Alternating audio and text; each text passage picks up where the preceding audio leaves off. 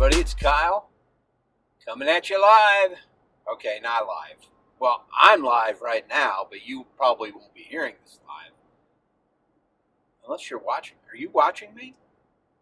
Anyway, coming at you from my car on the way home from work, Monday afternoon, as normal.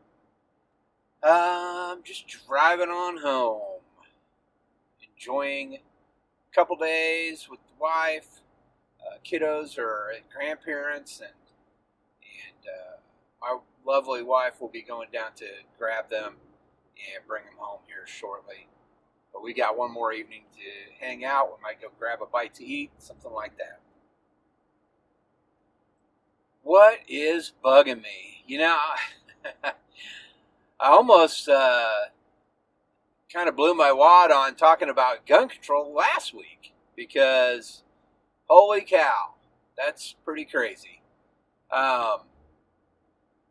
This last weekend is so upsetting. I'm not even going to get into it. It's really, I stand by what I said in the last episode. Go listen to that. We got to do something. End of story. What else is bugging me? I'm not going to talk about the Second Amendment and these mass shootings. I'm just not going to do it. It's just too much. All right, what else is bugging me? I think I've talked about this before. I've alluded to this fact, but I'm not sure if anyone else who watches stuff streaming has noticed this as well. I've noticed it on Netflix quite a bit. I haven't really watched a lot of made-for Amazon Prime or made-for-Hulu movies, because most I've seen TV shows through both of those guys. But the made-for-Netflix movies, they seem, and it's funny because we watched a Wine Country. It's a Tina Fey, Amy Poehler, that whole gang.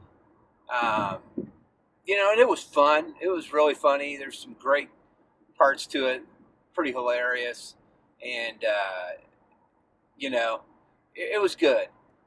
The real issue with it seems to be that it's just not polished. I mean, I've never worked on a major motion picture or even a minor motion picture, other than some student films and maybe some films afterwards. Just Super 8 millimeter, that type of stuff. And then other than that, it's just been corporate video for me, but in local news. But I do know that one big part of editing a film, or even a short film, it doesn't really matter, is tightening it up. And I can tell you that, Wine Country just was not tightened up. And the other one we watched with Ali Wong, I cannot remember that. Always Be My Maybe, that's what it was. Really hilarious moments in that film, but again, just not tightened up. The editing's not snappy and quick. It doesn't have to be quick, fast cuts. That's not what I'm talking about. What I'm talking about is just cleaning up the footage after it's assembled to make it move a little quicker and to be seamless feeling. But these films that I've seen, especially these made for streaming films that I've seen, it seems like they're just pieced together in order. It almost feels like there's a computer doing it. Sorry if you work for one of these companies editing, but especially Netflix, but it does kind of give that feeling. It kind of feels like, they put the shots in and log what they are, and then the computer assembles it without trimming it up a little bit and cleaning it up a little bit. And yeah, I mean, again, pretty good writing on these films and good actors and good idea, good stories. The other one was the one with Adam Sandler where they're spies. He and Jennifer Aniston. We watched that one with the family. They think they're spies or whatever. They're just going on a trip, but I don't know. It ends up really crazy. It's almost like a mix between Clue and who knows what the hell else. But again, it just didn't seem like they were finished making the movie. And part of being finished making the movie is the editing, a huge part of it. And so, I don't know, it kind of bugs me. Again, I'm happy to watch these, and they're included in what I'm paying for already, which is fine. But yeah, man, I mean, you better bring your A game, guys, if you want to compete with the big dogs in Hollywood. You better, because it's just not happening right now. Now I know that let's see, I think it's called The Irishman, is the Martin Scorsese film that's coming out, and that's a Netflix produced film. We'll see how that goes. I'll be interested to see how that thing's cut together, because I'm going to imagine with a director like him, he's going to really be involved in the editing and all that stuff, and I don't think he's going to allow something to come out with his name on it that's not tight in a complete package when it's delivered. So I don't know. It's just interesting. Watch these films if you get a chance, or if you're interested. Again, Wine Country is very funny. It's cute. And then the same thing with Always Be My Maybe, and I won't say the Cloverfield Paradox, because that was a totally different film, and they just made it tie into the Cloverfield kind of universe thing afterwards. But a lot of these films just seem like they're not completed, like it's not finished somehow, not cleaned up, not tightened up. So now let me talk about some things that I'm into. In stark contrast to those films by Netflix, I will talk about Once Upon a Time in Hollywood. Went and saw that with the wife yesterday. Pretty interesting. Tarantino, I really love Reservoir Dogs. I love Pulp Fiction. I like Jackie Brown a lot. Kill Bill films are fun. Even the Grindhouse stuff, and I like Inglourious Bastards, Django Unchained. Hateful Eight's okay. I'm not a big fan of it, but it's pretty good. And then this film kind of falls in there somewhere. I'm not really sure. I'm not really going to compare it so much, but it's a slow burn, man. It's like 2 hours and 40 minutes long, and it is a slow burn. I mean, it really is. I think that the good news is that it's absolutely gorgeous. It's so stunning and so beautiful and so well shot that I don't mind sitting there for no apparent reason for a long time on the same shot, or seeing a bunch of stuff that maybe doesn't entirely pertain to the story, because I enjoy looking at the beauty that's been captured. So I'm totally cool with it, but it is long, man, and it is pretty slow. I mean, it picks up definitely towards the end there, and it's so incredibly acted, and it's really hard to believe just how good that movie looks. The other thing too is he's got alternate universe ideas, and he did it. Spoiler alert: if you haven't seen Inglourious Bastards, in his film, he chooses for Hitler to die in a fire in a movie theater. It's pretty crazy, but at the same time, it's like, man, I kind of wish Hitler would have died in a movie theater, man. It might have stopped things earlier, There are similar things in this film, and I'm not going to spoil anything in this film, but I'm okay with it, but it is pretty bizarre. And the ultra violence at the end of this film is, wow, holy crap. I mean, it is Deadpool caliber violence. Really gory and horrifying and raw and gritty. And, oh my God, man. It's something. I mean, I'm fine with it. Stuff doesn't really affect me all that much. I'm more thinking about how they did it to make it look that way. But the wife did kind of have to turn away a little bit. It's rough, man. There's stuff in there that's really rough. And but it's a good movie, man. Like I say, I mean, I'm totally cool just watching Brad Pitt drive a sports car through the streets of L.A. For 10 minutes. I'm fine with it because it's fun to watch, man. Both these guys and everybody that's in this film really got so into their character that it was pretty amazing. and even Luke Perry showing up in there a little bit. And I cannot remember the name of the little girl. She's in American Housewife. She plays Anna Cat on there. But she is in this film as well as a fellow actor in a show that Leonardo DiCaprio is starring in a movie. And she's great. She's so good. And so into her role. And Leo is amazing in this film, man. And so is Brad Pitt. And so is Margot Robbie as Sharon Tate. You know, it's funny because I heard a little thing. Somebody said that one of the questions that they asked during press junket, and they were all up there on stage together, and Tarantino was fielding some questions. And there was a reporter, and she had asked Tarantino why he didn't give Margot Robbie more lines as Sharon Tate, and and he, you know, he wasn't really an asshole about it, but he was pretty short and to the point, and said that he disagrees with her hypothesis of how the film should be. Okay, that's totally cool. I'll be honest with you, I was kind of watching for that, and I was kind of paying attention because I'd heard it before the film came out, and I guess I didn't really notice that she didn't have a lot of lines. I mean, she didn't, but I guess the other thing I might say about it is when I think of Sharon Tate, and of course I never really saw her in much, you know. I mean, I was born the same year she was murdered, or around there.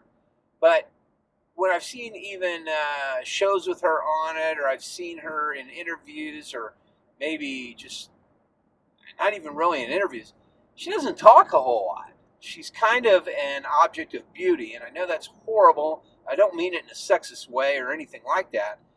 But what I'm saying is, at that time, I think she was more on display than she was as far as, you know, really heavy acting and stuff like that. So, you know, you got to consider white men still were ruling the world pretty well at the point this story takes place. I mean, they still are. It's faltering now, it seems. But you know, the whole thing with you know, she's so pretty, she should just be there and be quiet or whatever, was a kind of a common ideology and thought process at the time. Now, I don't know if that's what Tarantino had in mind when he made this or what, but I would say that, you know, it didn't really bother me all that much. Of course, I'm not a woman either, but it didn't really bother me all that much because I think that's kind of just the thing of her. But I can say this, in the stuff that I have seen of Sharon Tate, and Margot Robbie just knocks it out of the park. She is her, and she is very much her, and she becomes her. And it's, again, it's hard to say that almost because she doesn't say a whole lot in the film. I mean, she does talk, obviously, but she doesn't say a whole lot in the film. But she is Sharon Tate in this film, man. It's amazing. Some little gems that are in the film, and more of the Tarantino created products are in there. Red Apple cigarettes show up at one point even. Stick around, guys. There's stuff after the credits too, or halfway through the credits. So check it out. It's not like a Marvel movie, but there is a little bit of extra stuff in there. It's kind of fun. The scenes are great. I mean, you guys have seen the trailer for it, and the Bruce Lee scene is awesome as well. There's a lot of awesome stuff in this film, and checking it all out and really focusing on what you're seeing, and it's a lot of fun, man. It's a Tarantino epic film, even though it probably didn't really need to be an epic. It could have just been a film. I still really liked it. If it was an hour shorter, I probably would have liked it also, you know. But it probably would have been more of a whirlwind, fast-moving movie at that point. So it's probably just great the way it is. I hope there's never a director's cut that's 20 minutes or 30 minutes longer, or even 2 minutes longer. But anyway, check it out if you get a chance. And another thing to pay attention to: Al Pacino's great in it, by the way. But there is an image of a Mad magazine cover. And coincidentally, I got my final Mad magazine and the final regular Mad magazine last week, and it is the cover that they show in the film. Kind of interesting, but that was kind of fun to see as well. And the cool thing about the Mad magazine, the new one, is how they always parody a movie or a TV show in every issue. Well, in this one, they parody the TV show that the character played by Leonardo DiCaprio stars in, the TV show that he's a part of. They parody that in the newest issue of Mad Magazine and the last issue of Mad Magazine. So, pretty awesome. I like that all the way around, and I like being able to see and find things like that in movies. So, again, I enjoyed it. I don't think it's for everybody. If you're allergic to violence, you may want to stay the hell away from it, because it's definitely pretty rough in parts. What else am I into? Well, we watched a lot of stuff. We've watched a lot of stuff this weekend. That was pretty fun. We watched The Wine Country. We watched, we watched a bunch of stuff. But as far as TV shows and stuff like that, we're just wrapping up some TV shows that we watch with the kids. One show that we do watch a lot and we like is Game of Games. It's Ellen DeGeneres' Game of Games. And it is her game show that consists of a bunch of different games to get to a game you can play if you have the opportunity to play the game to win the money. So it's fun and it's pretty wacky, and kids love it, and it's fun to watch and something we can all enjoy. So that's kind of fun to check out if you haven't. If you like game shows, it's right up your alley. If you like watching people get splatted with stuff, it's even more up your alley, or people falling. But it's a good time. Music. Not much new. I'm still listening to Fat Lip a lot. There's really nothing else out there right now that I'm really interested in. I'm crossing my fingers. We're going to get some of these albums here pretty soon. But there's really not much out that I'm very interested in right now. I did see there's a new Tool album coming this fall. I'm not a big Tool fan, but I'm sure I'll check it out. So, but yeah, on that subject that I brought up earlier about Netflix movies not being completed, that's kind of one thing I'm worried about with the film The Dirt, which is the Motley Crue story. I'm not all that crazy about watching it in the first place, but I would kind of like to watch it. But I'm kind of afraid it's going to be what I'm talking about, man. It's not going to be tightened up and not smoothed up a little bit. So, anyway, more on that later as it comes. Let's see. I think that's about it, guys. There's really not much else going on. I did read some more of the Star Wars Galaxy Edge comics. Pretty good. It's episodic, quick little stories about different characters I'd imagine that are walking around if you go there. But it's pretty cool, pretty interesting, and I love the artwork in it, and especially the artwork for the covers is pretty amazing. One I just read is Greedo. He's a Rhodian, and you know him because Han shot first, right?